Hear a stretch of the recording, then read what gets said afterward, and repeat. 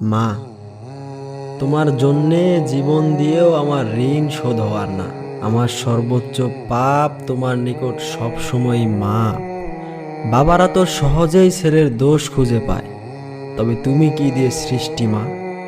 আমার আকাশ সমান বলেও তোমার রাগ যে দেখি না। আমার এ জীবনের সর্বশ্রেষ্ঠ নারী তুমি। আমি ধন্য মা, আমি ধন্য এমন মহায়সী নারী মা রূপে পাওয়ার জন্য।